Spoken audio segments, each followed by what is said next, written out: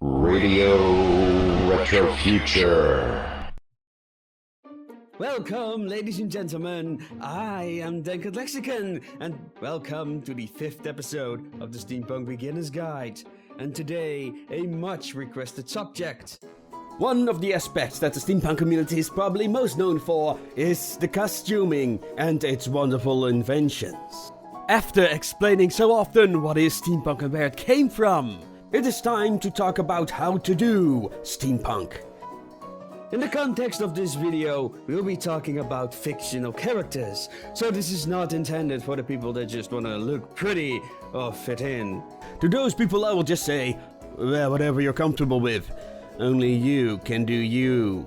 As for viewers who join us for the first time, if you seek a definition of steampunk, I suggest you watch the earlier episodes.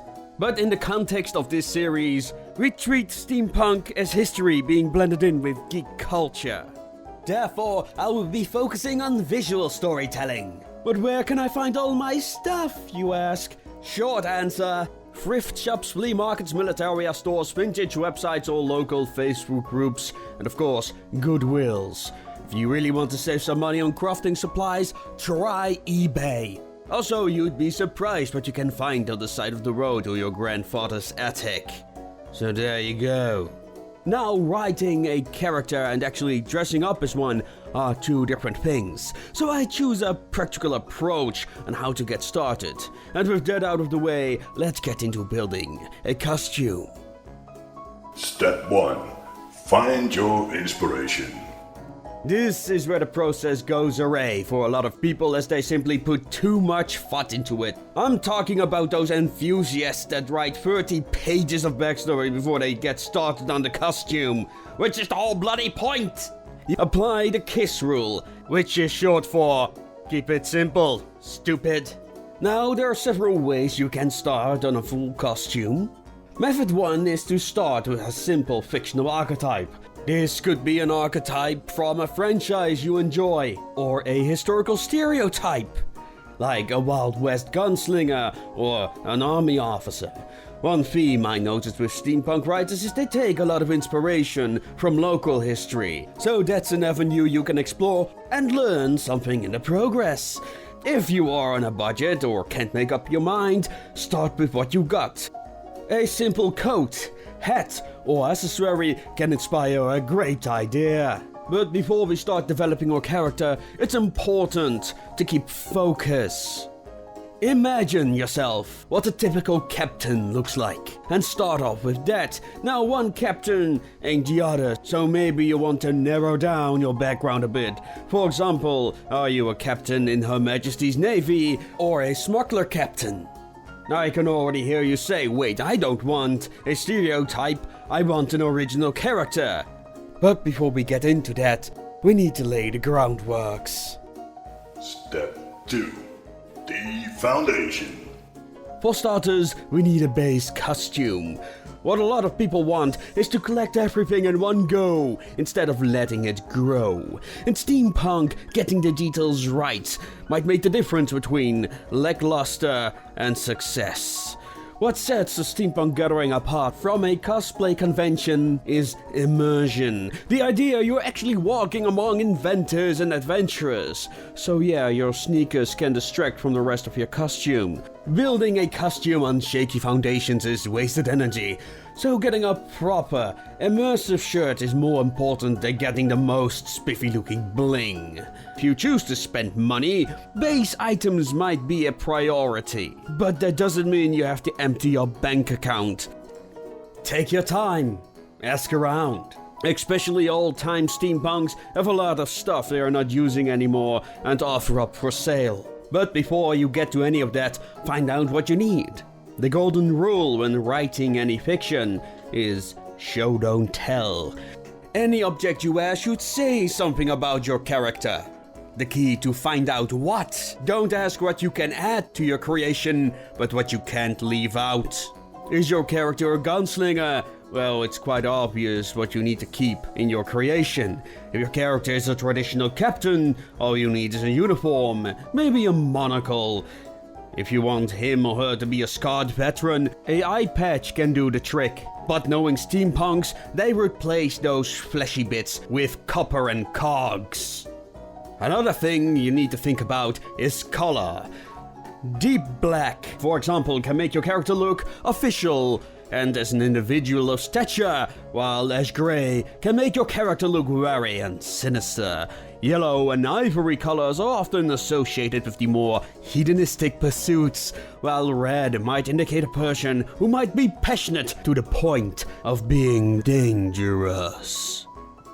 If you have difficulty choosing a color, there are countless websites dedicated to the meaning of colors.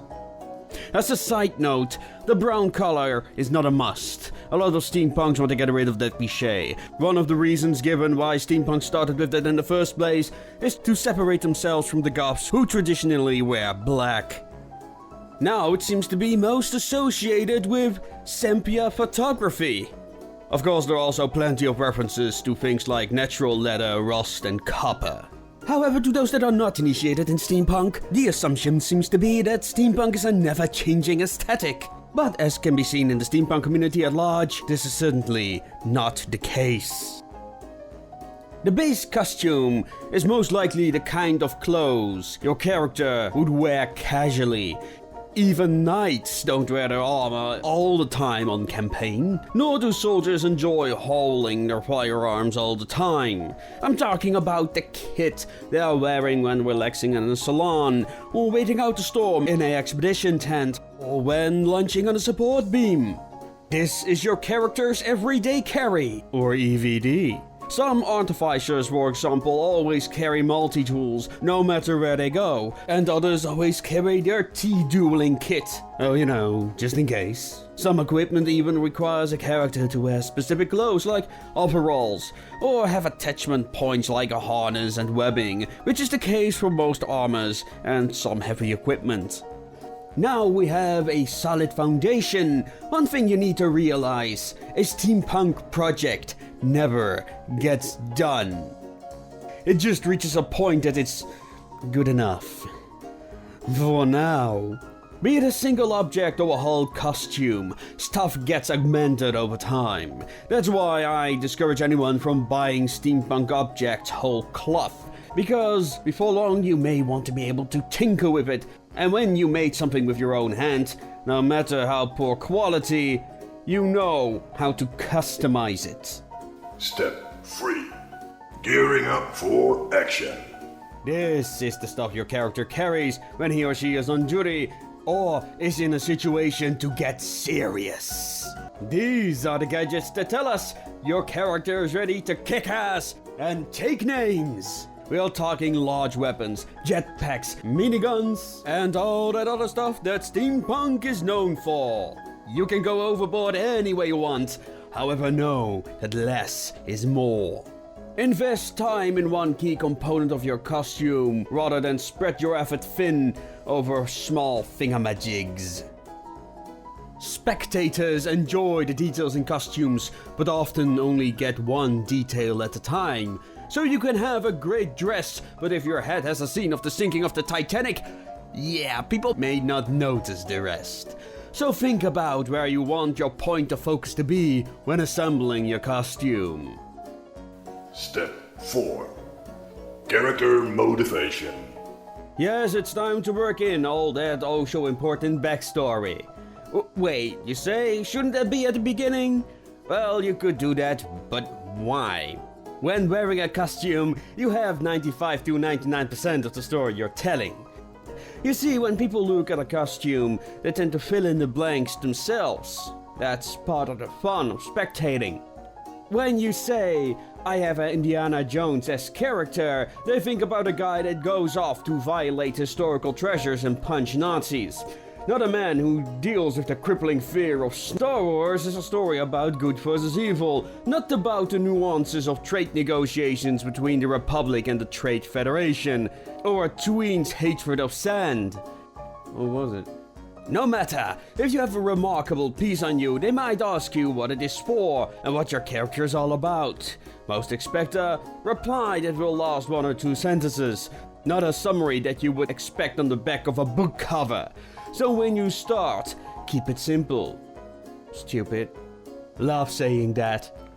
All you need to answer is, what are you and what do you do? You'll probably base this on what you already have on. I wear a long coat and no pants. Gee, I wonder what will happen next. If your character carries a gun, he or she does so for a reason. What is that? It's easier to create a story for something that already exists than to think of a whole lot of things, than having to create each item that are canon after the fact.